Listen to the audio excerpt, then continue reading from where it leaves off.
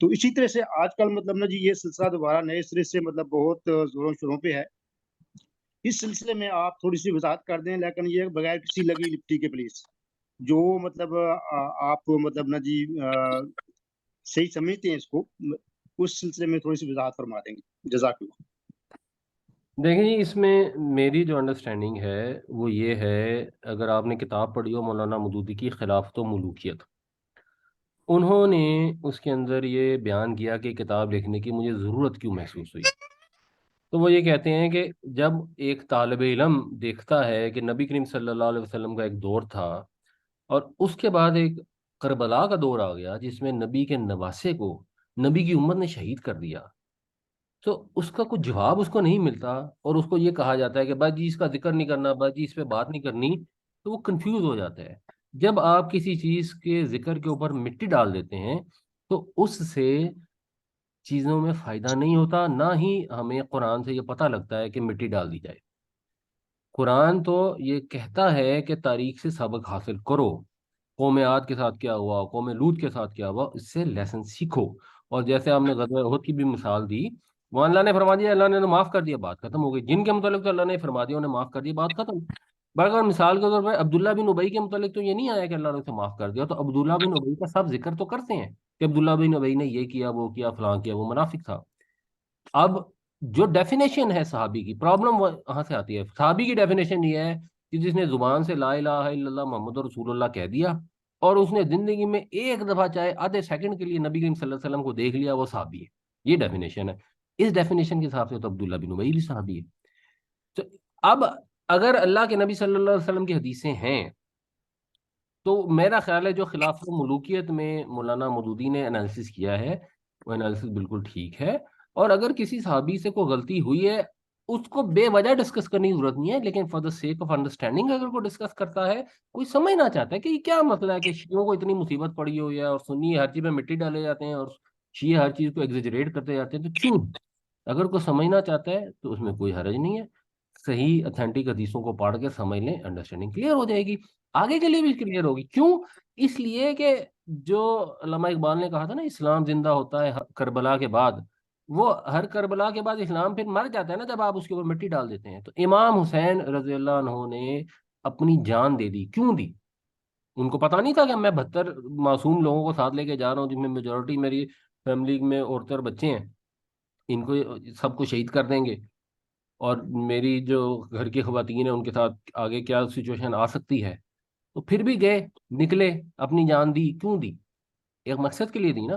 تو اس لیے اگر کوئی اس کو سمجھے اور دیکھے، اور اس میں جو انجینئر محمد علی مرزا صاحب ہے، میرا خیال ہے ان کا جو طریقہ کار ہے وہ اتنا اپروپریٹ نہیں ہے، لیکن اگر کسی کے پاس وقت ہو، ایک تو وہ خلافت و ملوکیت پڑھ لے، دوسرے مولانا اسحاق جو اس کو بیان کرتے ہیں وہ بڑا ریزنیبل طریقے سے بیان کرتے ہیں اور بڑا صحیح سے بیان کرتے ہیں. تو مولانا اسحاق کے لیکچر سن لیں، اور جس کو وہ نہیں ہے، اس کی مطلب کنسرن نہیں ہے، تو بے وجہ واقعی وہ گڑے مردے کھانے کی ضرورت نہیں ہے. لیکن جس کو انڈرسٹینڈنگ چاہیے تو مٹی ڈالنے کی ضرورت نہیں ہے. یہ عادل صاحب نے سوال کیا ہے السلام کہ گھنٹے میں کوئی ایسا وقت ہے جس میں سجدہ منع ہو. ہاں جی، زوال کا وقت جب سورج بالکل اوپر ہوتا ہے تب سجدہ نہیں کر سکتے. سورج نکلتے وقت جب وہ طلوع ہو رہا ہے اور سورج غروب ہوتے وقت وہ کوئی 10-15 منٹ کا رفلی ٹائم ہوتا ہے، اس کے اندر بھی سجدے کی اجازت نہیں ہے. اچھا جی، یہ عادل صاحب کا سوال تھا کہ اس کی لاجک کیا ہے کہ آپ جب سورج سوا نیزے پہ ہوتا ہے یعنی زوال کے ٹائم پہ نماز نہیں پڑھ سکتے. دیکھیں جی، اس کی لاجک یہ ہے، اگر آپ غور کریں مثال کے طور پر، یہ جو ہمارے دن ہے نا، اتوار کو کہتے ہیں سنڈے، یہ سنڈے کہاں سے آیا ہے؟ یہ سنڈے آیا ہے کہ لوگ سورج کی پوجا کرتے تھے. جو فرعون تھا وہ بھی سورج دیوتا کے اوتار کے طور پر دیوتا مانا جاتا تھا.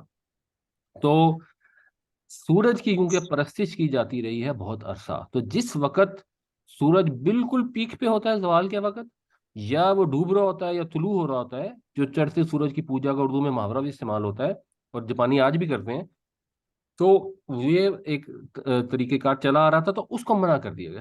یعنی وہ چیز جس سے شرک کی مشابہت پیدا ہو سکتی ہے نا، وہ منع ہے. جیسے اگر کمرے میں تصویر لٹکی ہوئی ہے اور آپ اس کے سامنے نماز پڑھنی شروع کر دیں تو یہ اپروپریٹ نہیں ہے. لٹکی ہوئی تصویروں کے سامنے نماز نہیں پڑھنی چاہیے، کیونکہ دور سے دیکھنے والا شاید سمجھے کہ آپ تصویر کو سجدہ کر رہے ہیں.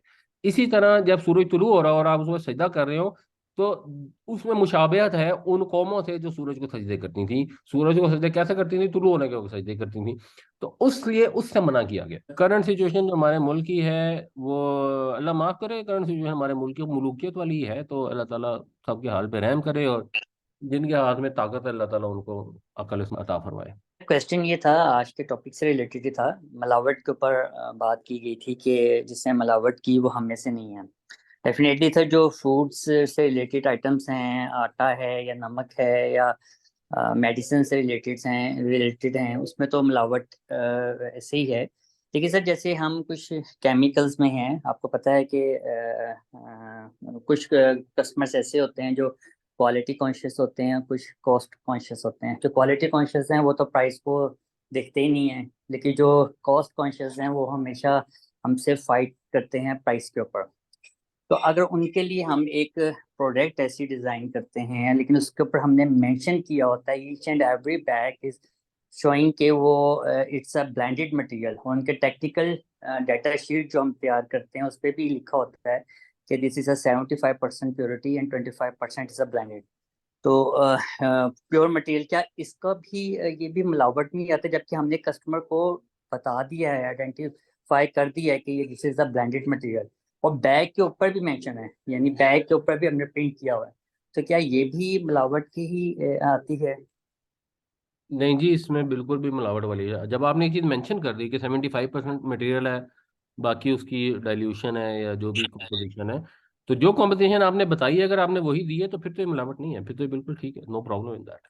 ایون آپ جی جی مرچوں کے اندر بتا دیں کہ یہ مرچیں ہیں جن کے اندر آدھی جینون مرچیں ہیں اور آدھی مثلا فلانی مرچیں ہیں، یا دودھ آپ بیچ رہے ہیں تو بتا دیں کہ جی ان میں 1 لیٹر کے اندر آدھا دودھ ہے اور آدھا پانی ہے، پھر مسئلہ نہیں ہے.